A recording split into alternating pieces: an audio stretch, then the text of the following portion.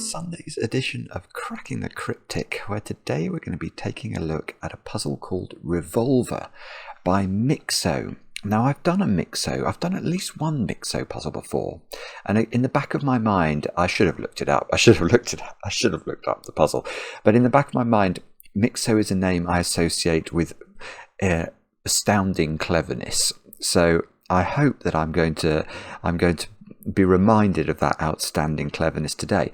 Now, this is an interesting puzzle because this puzzle has one of the lowest ratings on Logic Masters Germany that we've probably ever attempted. To get on Cracking the Cryptic these days, puzzles have to be exceptional. They do. I mean, I'm not sorry to say that, but it is just a fact.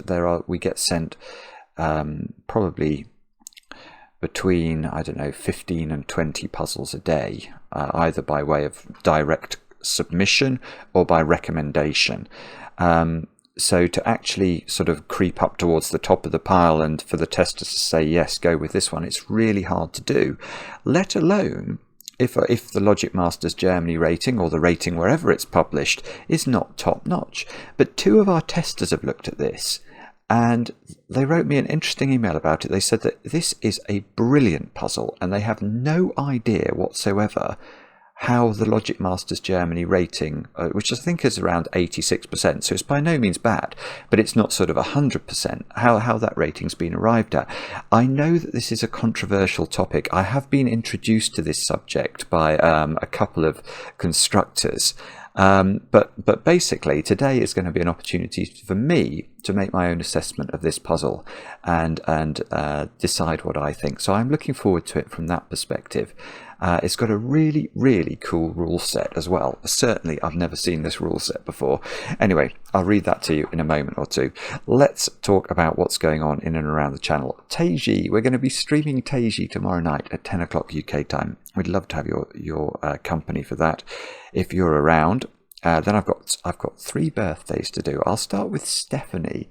Now, Stephanie, it's your birthday on the 20th, but you're down in Australia, so I'm guessing I should say happy birthday today, which is the 19th for me.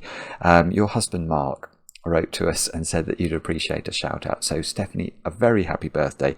I hope you have lots of cake. And next, Chris, over in Washington State.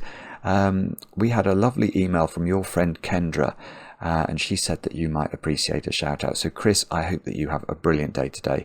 And Kendra, I was sad to read about your dog Callie. I hope you're doing okay. And then finally, Uva. I think that's how we say your name. It's not an English name, but I think it's Uva, over in Germany.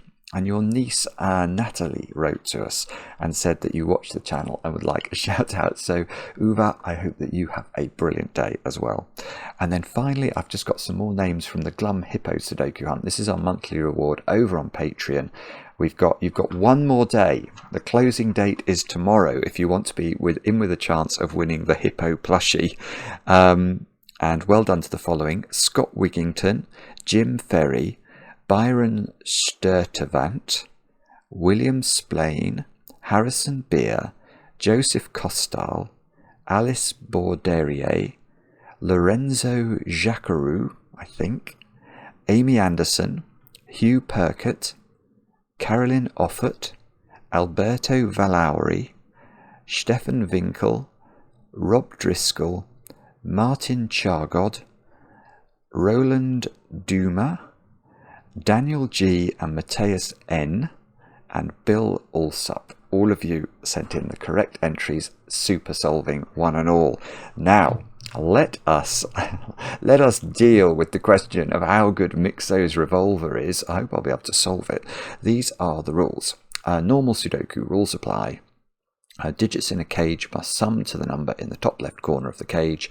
Digits cannot repeat within a cage. So those 3 digits there sum up to 10, but what we can't do is that, because although those digits do sum to 10, and these ones don't seem to see each other through the mechanism of Sudoku, they do repeat in the cage, and therefore that is not a valid way of doing that.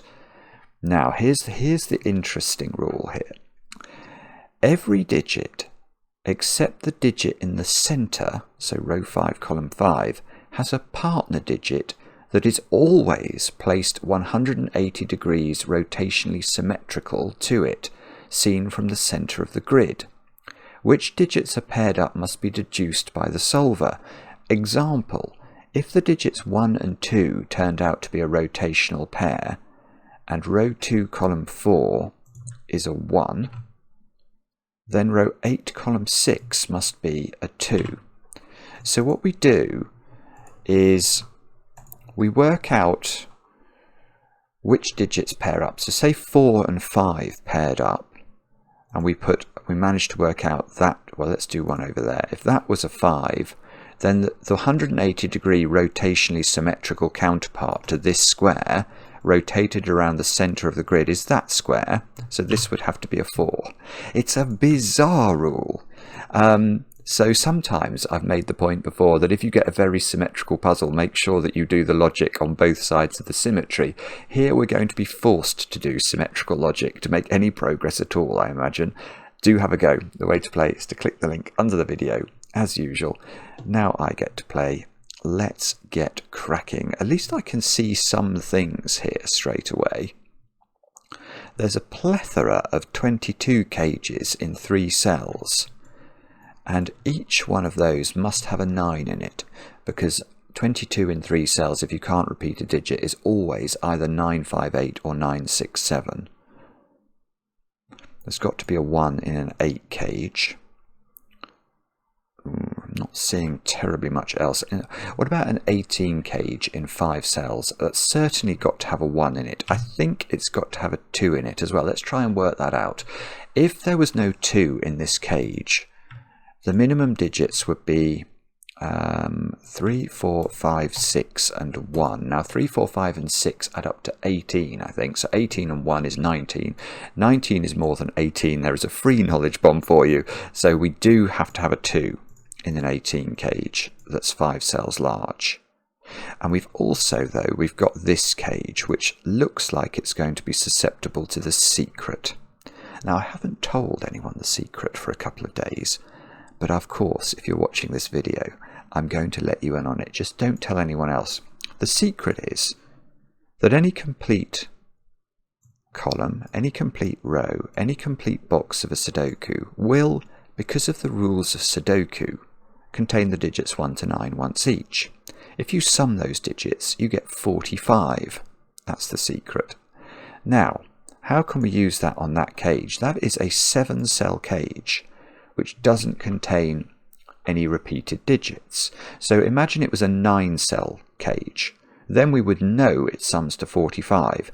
So if it's a 7-cell cage summing to 36, it must be missing 2 digits that sum up to 9. That means it's got a 9 in it. Aha! Where is the 9 in this cage? The answer is in one of those 3 cells. Yes, okay, that might not be the stroke of genius I was hoping it was going to be.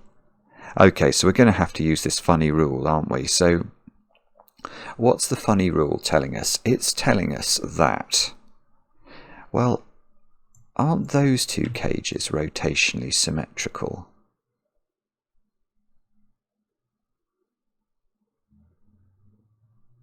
Well, they are.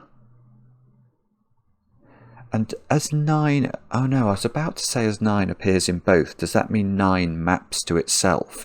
In which case I could have written a 9 into the middle cell of the grid.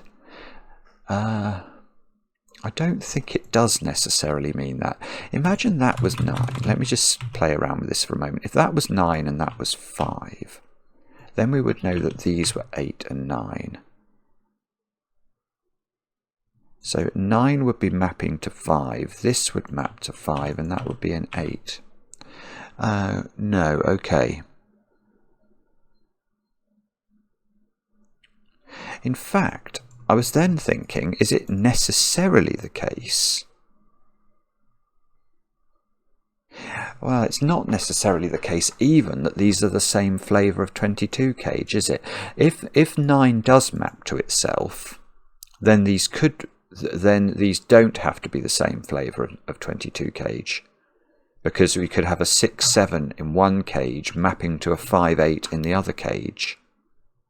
But if 9 maps to a digit other than 9, then the two 22 cages will have exactly the same composition, because both of them have to have a 9 in it, and therefore both of them will have to have the rotational counterpart to the 9, and therefore the third digit will just be the balancing digit. This is very peculiar, isn't it? So, hang on, there's a 12 cage here which maps to an 11 cage. Does that mean something? No, I don't think it does. It just means that those three digits, whatever they are, map to digits that sum to 11. No, okay. These three digits sum up to... I was about to say 12, but it's not. It's 12. It's 22 again, isn't it? Yes, hang on. Look, we've got 12 and 11 there. So those add up to 23, which means in order to make the box add up to 45, those three squares have to add up to 22, and therefore they have a 9 in them. Now, I think the middle square is a 9 here. Let me just...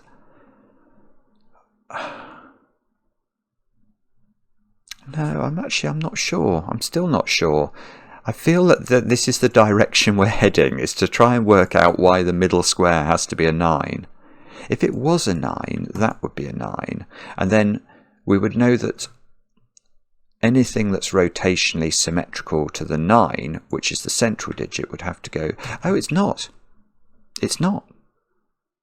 That's interesting. Okay, my hunch is totally disproved. If 9 is in the middle, then 9 in box 8 by Sudoku goes there, which means the rotational counterpart to 9 is 9, because 9 is the digit that's in the middle and it doesn't map to another digit, so the 9 would have to be here, which is in a 10 cage, and we can't make those two squares add up to 1, so that's not 9 in the centre. So, okay, so now 9 is mapping to a digit that is not 9, which means that these two cages are the same. There we go, there's a tiny deduction. So either these are both 6, 7, 9, or they're both 5, 8, 9. And, yes, and these three digits are the same flavour of 22 cage as my fluorescent green flavour, because 9, whichever one of these it is, maps to, I don't know what it's going to be, a 5, say.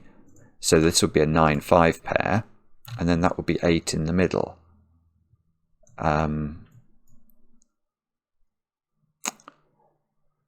Yeah, and it'll be the same, obviously, in these green squares around the edge. Say 9, if 9's mapping to 5, and that was 9, that would be 5. This would be an 8-9 pair. And then 9 here would have to map to 5 down there. So this feels like a very... Well, this feels like I should be able to do something with this. So do I now know whether that's green or not?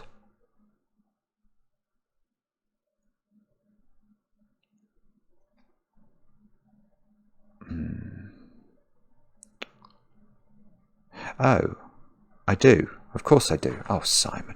Yes, of course I do. This is not green. Because if this was green, we know that those squares would add up to 22, and those only add up to 10. So that's the different flavour of 22 cage. So, so on one, right, so one 22 cage... it sort of maps to itself. It exchanges digits amongst its own digits. And 122 cage maps to digits that sum up to 10. Oh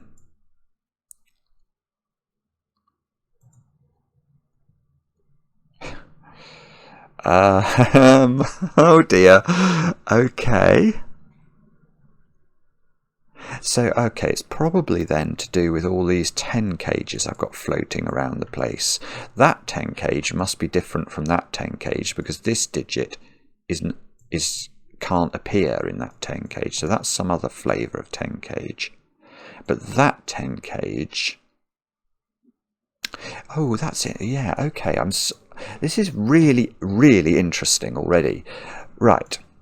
This 10 cage I know is not the same as this one, so I'm just going to give this a different colour. Now, can that 10 cage be the same as that 10 cage? Well, no, because then the rotational counterparts to these three cells, which are those three cells, ought to add up to 22, which they don't. So this can't be orange, and it can't be that. So that's some other 10 cage. Now this 10 cage... oh. Well, right. This is, I'm sure this is it. Somehow, some way we can do stuff with this, because this 10 cage maps to those three squares by rotation, so it is not the blue 10 cage. Because if it was the same flavour of 10 cage as this one, it would go there and it would sum to 22 in an 18 cage. So those two digits would have to sum to -4. That's not going to work. Now, how many different flavours of 10 cage are there? If a 3-cell 10 cage doesn't involve a 1, it's got to be 2, 3, 5. So we've got 2, 3, 5, or we've got 10 cages that involve a 1. Now if a 10 cage involves a 1, the other two digits add up to 9, and they're not 1 and 8, because then you'd get a repeated 1. So they're either 2, 7, 3, 6, or 4, 5. So there are 4 flavours of 10 cage. So I wonder if, in the fullness of time, we will be able to show that this 10 cage is different from all 3 of these 10 cages. It's definitely not blue. If it was orange, that digit and that digit would be the same. And where's the rotational counterpart? No, I thought maybe I could prove by sudoku. It was not possible for that to be true.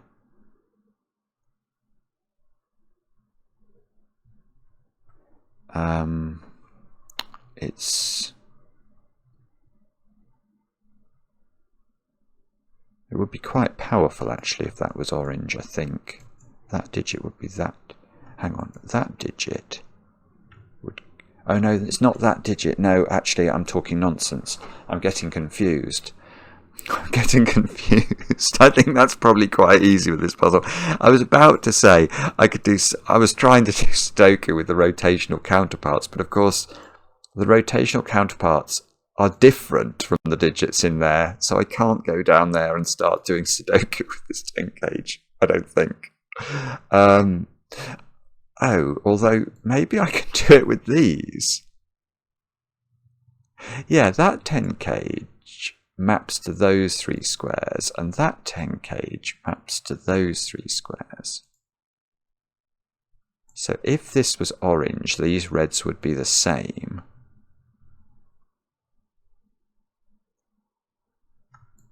So that one would be that one. Yeah, no, I don't think it does quite work. I don't think I can quite get my head around that. They don't seem to be lining up. So I don't think I can prove yet whether this is orange or yellow or something new.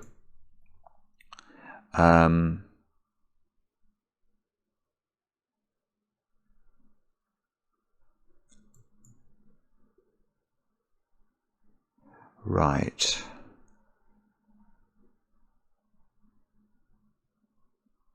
I know there's...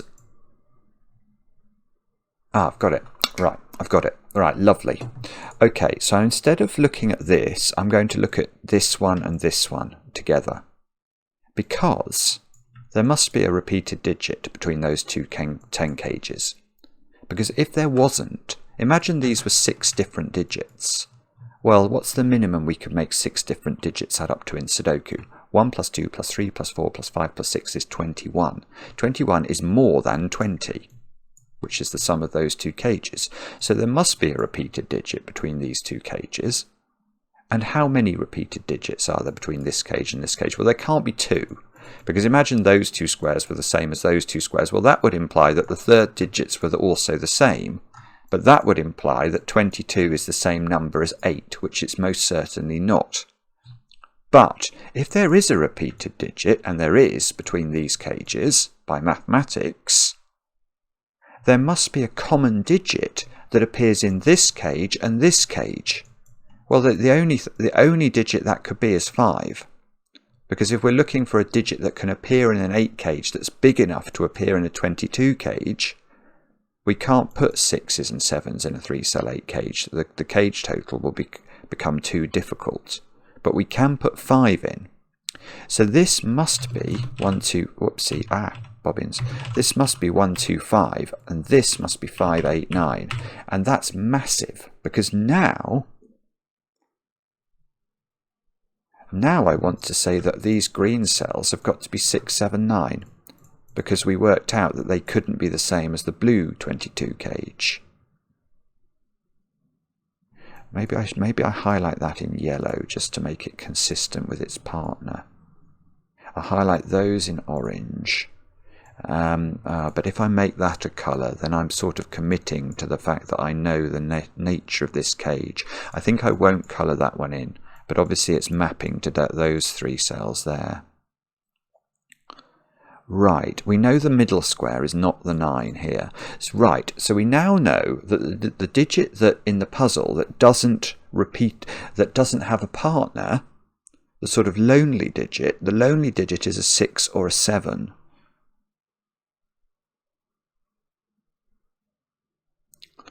That's about as useful as a chocolate teapot, isn't it? That's not...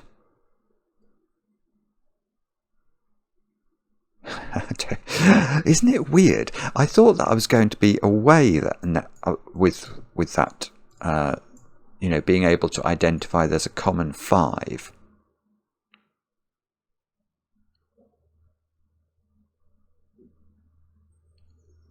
So 5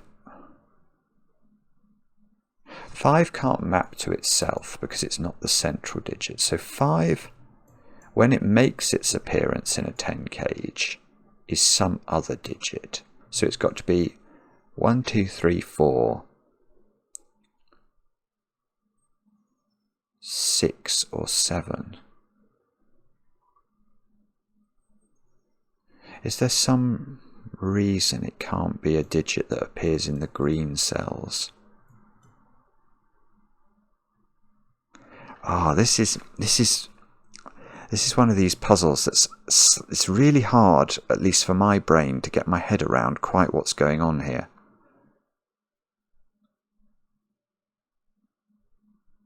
I don't understand.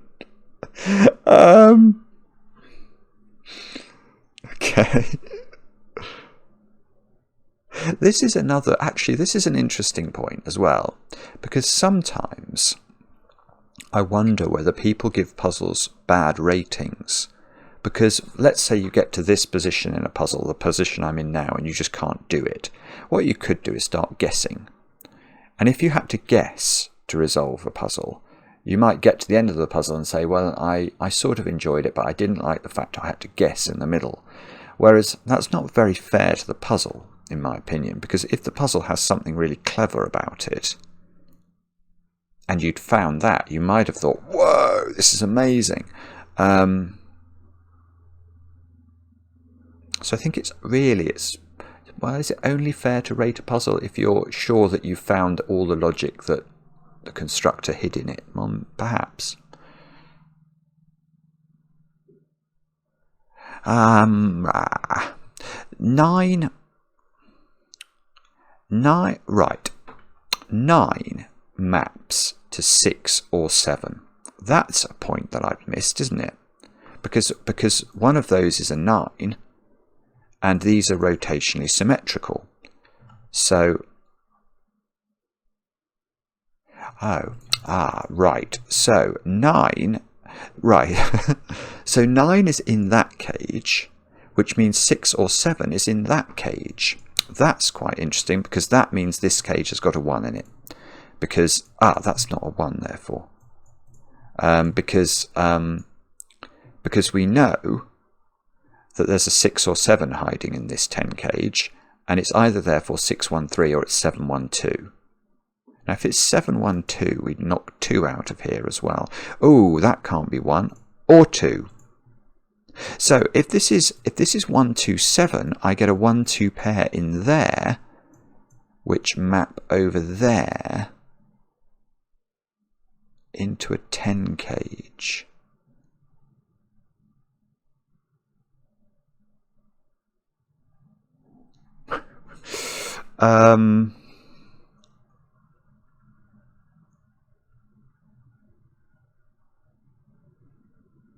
Although, hang on, if there's a 1-2 pair in there, that maps to that as well.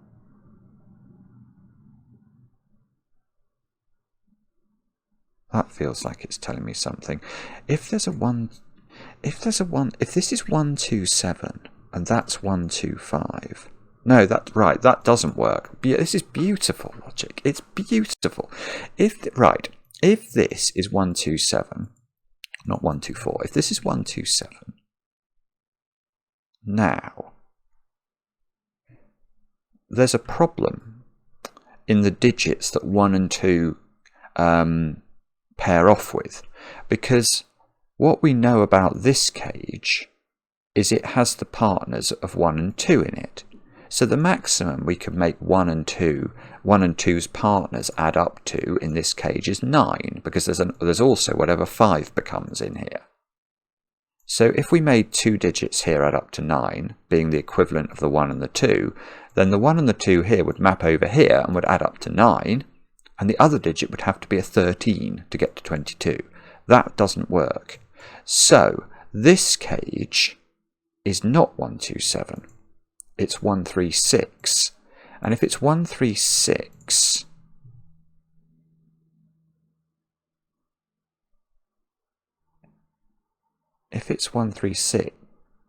then the 9 is mapping to a 6. And if the 9, so if the 9 and the 6 map off, there's a 7 in the middle of the grid. This is so clever. It's such a good idea, isn't it? So 9 maps to 6.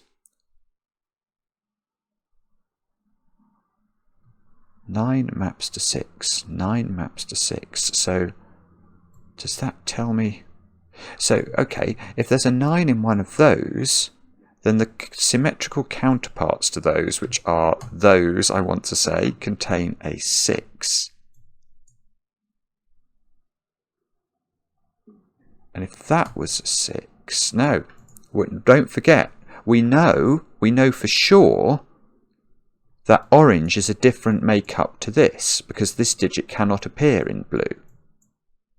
So if this was a 6, this would be a 1, 3, 6, 10 cage, and those would be the same cages, and that cell has no right existing.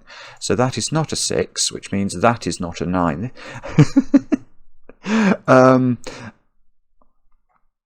So, no, hang on. So 7 is a digit wherever I can put 7 in the grid. So the 7 here, wherever it lives, it maps to a 7 on the other side in the rotationally symmetrical position. And we also know, I'm actually just going to make a little aid memoir up here. 6 and 9 map to each other. Now, 6 and 9 match off. So either one either maps to 5 or it maps to 8. Well, it doesn't map to 8, does it? Because if 1 mapped to 8, then the 1 here would map to an 8 in that 10 cage, and the 10 cage would be impossible because the other 2 digits in it would have to sum to 2, and they can't both be 1. So 1 maps to 5. I think. So if 1 maps to 5, but what does that mean? Have I broken this now? Because now I've got 1 and 5 in here. So that means I must have 1 and... Oh, that does work. That's weird. That's, for some reason, that was absolutely baffling to me. But if there's a 1 and a 5 in here, and they each map to each other, then there's a 1 and a 5 in there, and another digit, which must be a 4 by maths. So that means that 2 must map to 4, doesn't it? Because that just seems to be what has to happen in order for this to be possible. So suddenly I've got loads of pairs. 7 lives on its own, which means that the other digit is... hang on, have I got 7? Oh, there are only 9 digits in Sudoku, so that is fine. For some reason, I think it's because I've been thinking about 10s all the time. I'm thinking, where's the 10th digit? Well, there's no 10th digit in Sudoku, Simon. You'd think after several years of cracking the cryptic, I would have realised that. Right, so this is the pair-offs. Now, I have not got a Scooby-Doo what we're supposed to do with this, but that does feel like it's a breakthrough of sorts. Has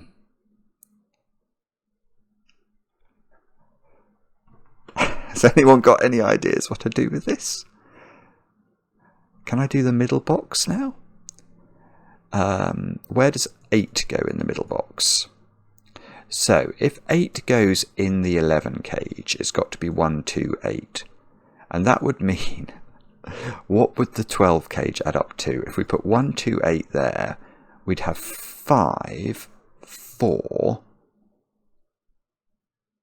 Hang on, 1, 2, 5, 4 and 3. That's fine. Okay, so if that's, I suspect this will work either way round. If this is 8, 1, 2, then we take the other digits, which are 5, 4, 3, and put them in there, and 5, 4 and 3 do add up to 12, so that works. If you put 8 in the 12 cage, you've got 1, 3, 8 in the 12 cage, so you've got... Well, that doesn't work, actually. I'm sorry, I might have done something wrong here.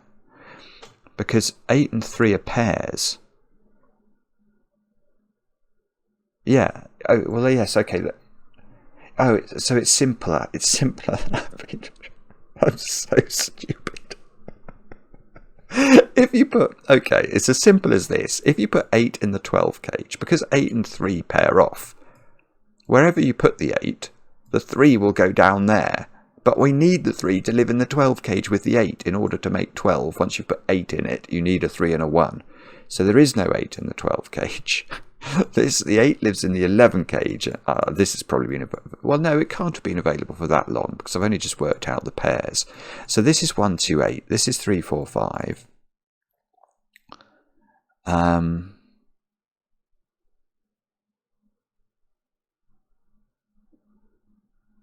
And somehow or another, we're going to have to find a way. Maybe now's the time we try and work out these or these. My instinct is this one's less restricted, because the game here is going to be to work out which domino that would add to 9 cannot exist in that cage, and there must be a few options for that, surely.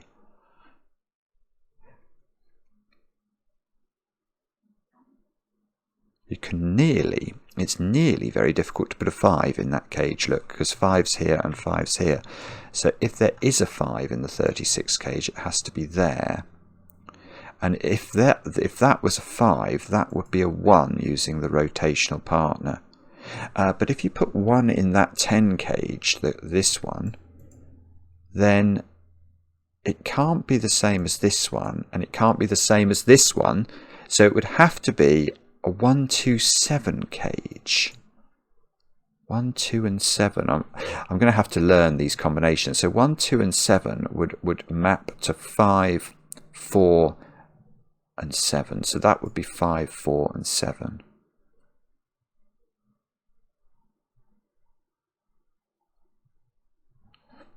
I don't know if that's possible or not. let's see if we can do this one. What do we know? We know that this is not the blue one, because those cannot add up to 22.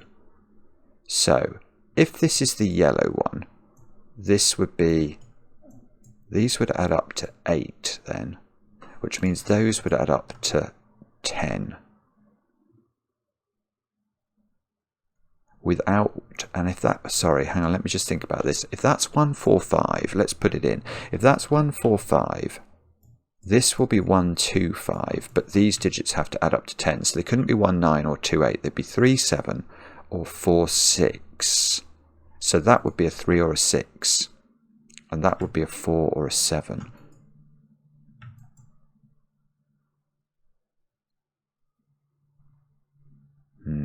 I don't know if I can rule that out. What else could we do in here? We could say, well, if this is not this one,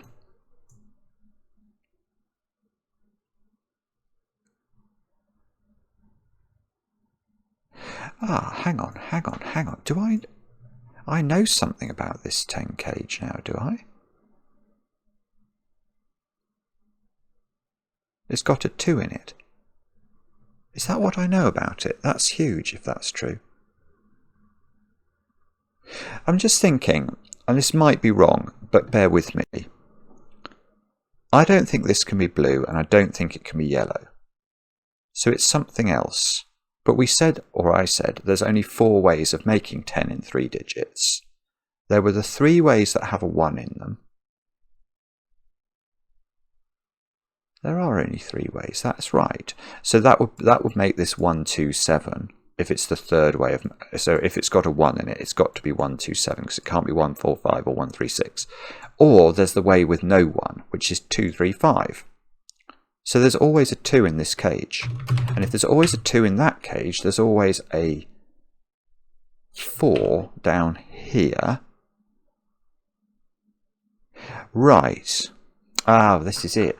It's this, it's not this at all. Because now, this is gorgeous again, actually. I mean, who is not loving this puzzle? This is absolutely first class.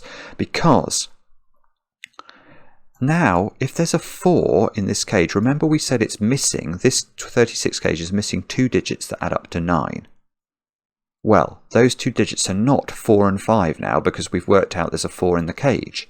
So where do we put the 5 that we know now exists in this cage? Well, it's not there and it's not there, which means it's there. And if that's a 5, its rotational counterpart is a 1. And this is it. Oh, that's so sick. Because now we've worked out the nature of orange. Because we've just worked out it's got a 1 in it. All we knew before is it had a 2 in it, so it could have been 235 or 127. Now it is 127. So this is 127. Which means that these squares are 4 and 7. 7 maps to itself. So these are 4 and 7.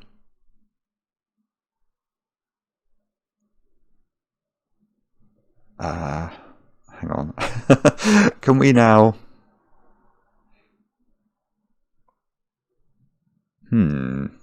Alright, maybe I can't do that. Okay, alright, let's change tack again. I'm going to use this cage again. It's got a 7 in it. So that means it must have a 2 in it, because the 2 digits it's missing are not 2 and 7. And the 2 is going to go over there, which means that square is not a 2. Now, if that square is not a 2, that square is not a 4, because that's the rotational's counterpart to that cell. And if that's got a 2 in it, those cells have got to have the 4 in it, because they are the rotational counterpart of that domino. And if there's a 4 over here, nothing. Absolutely nothing. Oh, yeah, okay. So that's almost why I could see that this square, I could have seen that this square didn't have a 4 in it by using the fact that the 2 here forces a 4 there, which forces a 4 out of that cell. So there's some strange geometries going on. Not just REM's strange currencies today. Oh, I could probably play that intro. I think I might have played that on the channel before. One of my favourite songs of REM.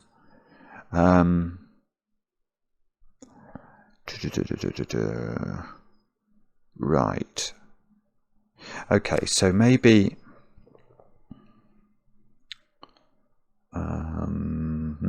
maybe it's this one now. Maybe it's this one and this one. So do we now know what this is? Or are we still a bit baffled? We know that if it was 127, 127 becomes 457. So that would be 457, which add up to 16, which is impossible.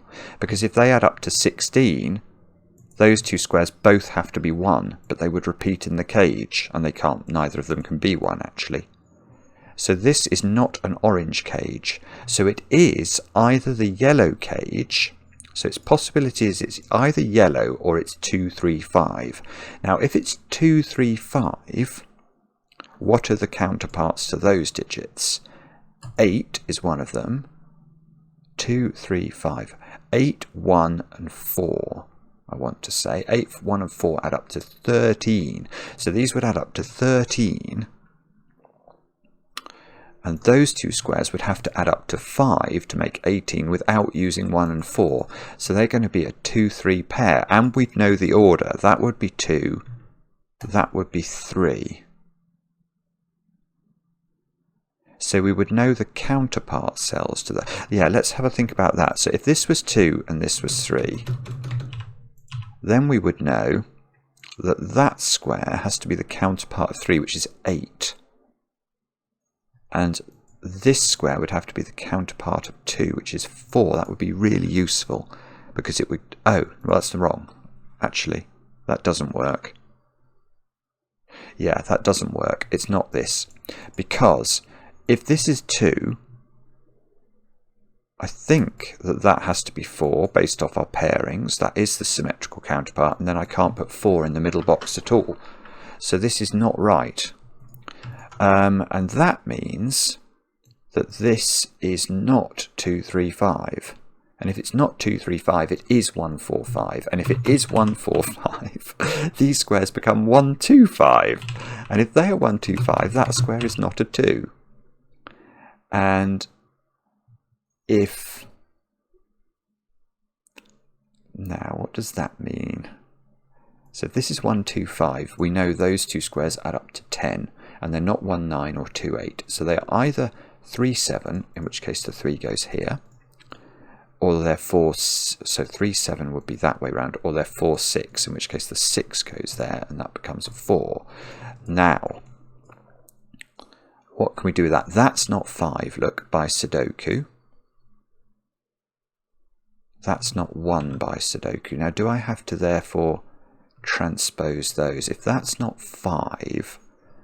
That's not 1. If that's not 1, that's not 5. Oh, I see. I could have just done this with Sudoku. I'm so confused about what I can do with Sudoku and what I can't. Am I going to remember these digits now? Right, say them in your head. 1 goes with 5, 2 goes with 4, 3 goes with 8. I've already said 4. What did 4 go with? I've forgotten now. 4 goes with 2, 5 goes with 1, 6 goes with 6 went with 9, 7 went with itself, and 8 went with 3. Yeah, I can remember that. Okay, so I'm going to get rid of this now in the hope that it's stuck in my head. Oh, hang on. Is that 4 pencil mark true? Well, I think it is. Oh, this is huge. This is huge because I did work out there was a 2 over here, didn't I? That's legitimate. I know that there's got to be a 2 in this 36 cage. It has to go there, therefore. So it must have a 4 opposite it. So that square's become a 7. Can't be a 4. That's become a 2. That's become a 7. These things all, the moment we get a digit, we're going to be able to get low. Well, that's a 3 as well, because those two have to add up to 10. And now we've got to transpose all these digits before we forget. So 7 goes to 7, doesn't it? 2 goes to 4, we just said. 7 goes to itself, so that becomes a 7. 3 goes to 8, I want to say, so that becomes an 8. I don't believe it. Please. It's the sort of puzzle where this could now just completely crash. Yeah. Look. 1, goes here now. So this has become a 4-5 pair, but 1 we know transposes to 5. So that becomes 5. This becomes a 1-2 pair. 5.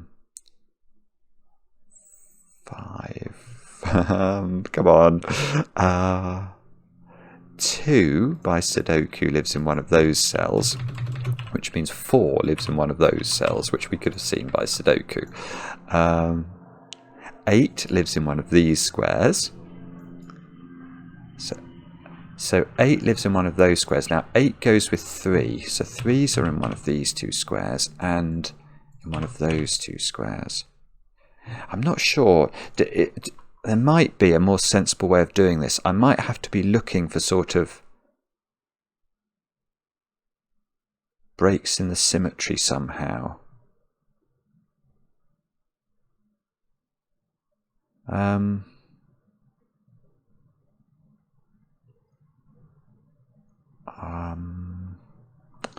Do I now know what goes in this cage? It's still got to be missing two digits that add up to 9. So it's either missing 1 and 8. Now if it's missing 1 and 8, it's got 3 and 6 in it. So there would be a 2-3 pair here. No, that's it. That's it. There we go. There we go. Right. This cage cannot contain 3 and 6. Well, basically it's because of this pencil mark here. Because that pencil mark is opposite a 9, isn't it? Yeah, that feels right. So if we try and put 3 and 6 into this cage, where are we putting them? Well, neither of them can go in that domino. So they both have to go in that domino, but we seem to have to put a 2 in there. I can't remember why, but that feels like we did that. Yeah, that was because we had to put a 7 in there. So we know that the domino that's missing is not a 2-7 domino, and we can't put 2 there. Yes, so that's good. So there is no 3-6 in here. It's impossible to put 3 and 6 in, which means we have to put 1 and 8 in. And if we have to put 1 and 8 in, that has become an 8-9 pair, which means that this has become a 1-2 pair. Now, does that do things? That means this is not an 8 by sudoku.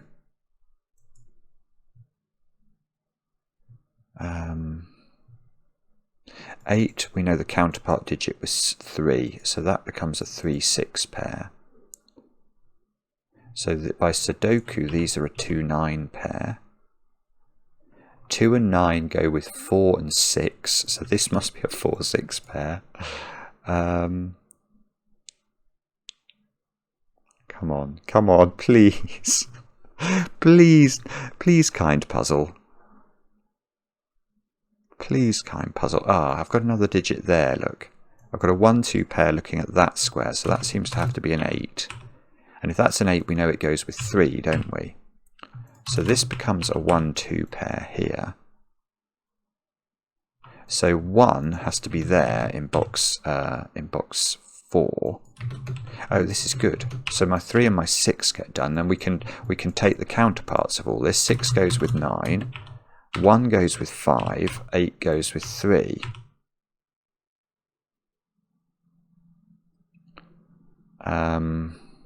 These squares are not 3 anymore because we've got a 3 here. It's going to be so easy to miss little deductions. These 2 squares are known, aren't they? They've got to be a 4. Oh, they've got to be. Where do we put 5? In this row. I've not put 5 in it yet. It's got to go there. So if that's 5, we know 5 goes with 1. So that's 2, and we know 2 goes with 4. So that's working. That is working. So now those squares have to be 8 and 9. So we can do that. 8 and 9. 9 and 6 go in. 2 goes in here. Now 2's counterpart is 4, so that becomes a 6, which means that should become a 9, which means that's no longer a 9. And the counterpart to that one is that one. So if that's 6, that's 9. If it's 7, it's 7. So this is not able to be 6 anymore, is it? Oh, which we can see by sudoku, Bobbin's face.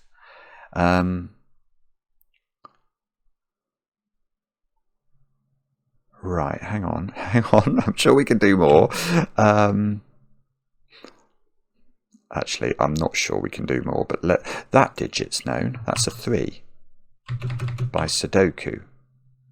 Now, is that correct? Yeah, 3 is opposite 8, which is correct. So that must be 6 to be opposite 9, which means this is not 6. And if that's not 6, its counterpart is not 9. Now that's very... okay, that does seem to work. I've now got a 7-9 pair there, which makes that 6, which puts 9 there. This is absolutely magical. It's magical. That's 9 by sudoku. 9 has a counterpart of 6, so that's got to be a 3. 3 has a counterpart of 8, so that's got to be an 8.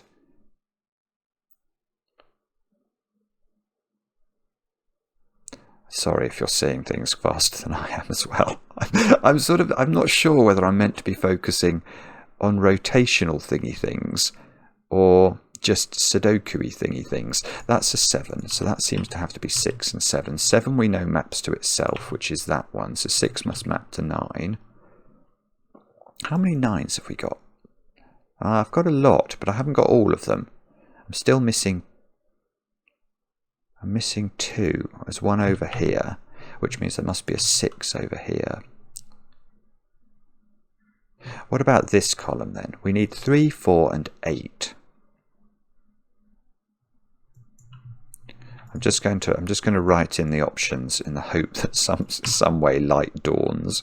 That's not 8. Oh, light did not dawn. 2, 3 and 8 into these columns, but I think, and I might be wrong about this, I feel like I'm just doing the same sudoku on this side of the grid that I've just done in these 3 squares. It doesn't feel like it's progressing the solve.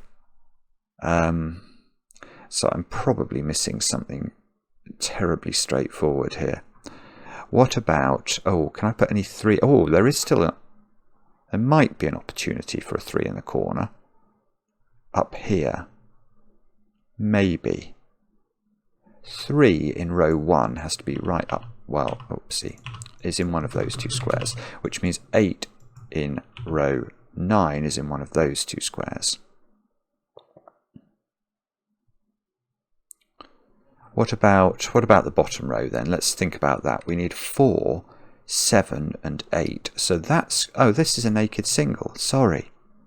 Let me just double check that. 4, 7, 8. Yeah, okay, that's a naked single. So the 4, that means that square's a 2, because we know that 4 and 2 live together in perfect harmony. We don't get a 3 in the corner.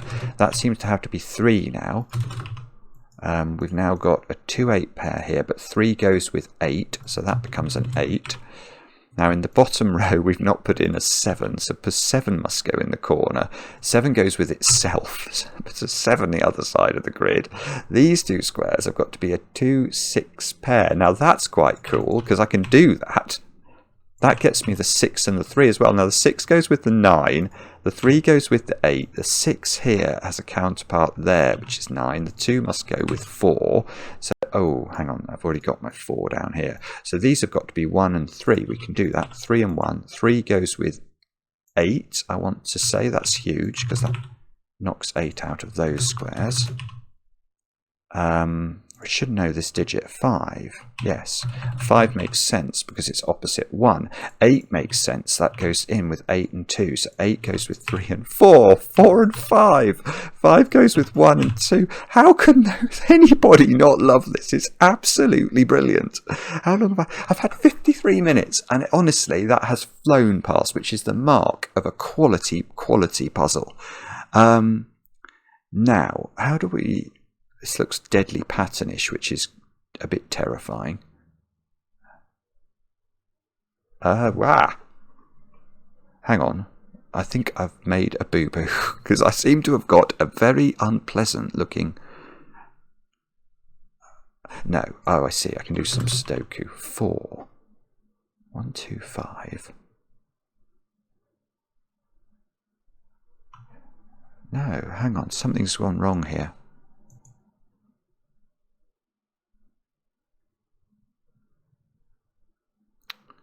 Oh no. How's this pattern ever getting resolved? Oh no. Oh, that is lovely. Oh, that's so cool. Right. Right, watch this. In fact, this is perfect. If you haven't spotted how to resolve this pattern in the grid, I promise you, you will get a great deal of pleasure from not watching me do it, but doing it yourself. It's not difficult. It really isn't. So just pause the video now and think about that square. And for those of you who managed to do it, congratulations. Because what is the nature of this square? And I know it's a 1 or a 5, but what's its counterpart? Well, we know 1s and 5s live together in perfect harmony. So the 1s and 5s here, those two cells are a 1-5 pair. We don't know what the order is, but that effectively means that these two digits, this cell here and this cell here, see both 1 and 5, because whichever the order is of these two squares, they are different. So that square cannot be a 1 or a 5, and neither can that one, which means that these two squares have got to be 4 here and 2 here by sudoku, which gives me a 2 and a 1, which makes this a 5 by sudoku, which makes this a 1 by sudoku. That's 4, that's 5, that's 1, and if we haven't made a boo-boo, that's 5, and that is an absolutely stunning puzzle. Revolver by Myxo is a stunning, stunning puzzle that should have a 100% rating. There's no doubt that is. Well, on what criteria could you not like that? It's original, interesting, superbly set, with about 8 different moments where you go, oh, that's lovely. And then it all ends up with an absolutely beautiful trick at the end as well. That is just, it's everything you could ever want in a variant Sudoku. And Myxo, I for one, loved it. Let me know in the comments how you guys got on. I enjoy the comments, especially when they're kind. And we'll be back later with another edition of Cracking the Cryptic.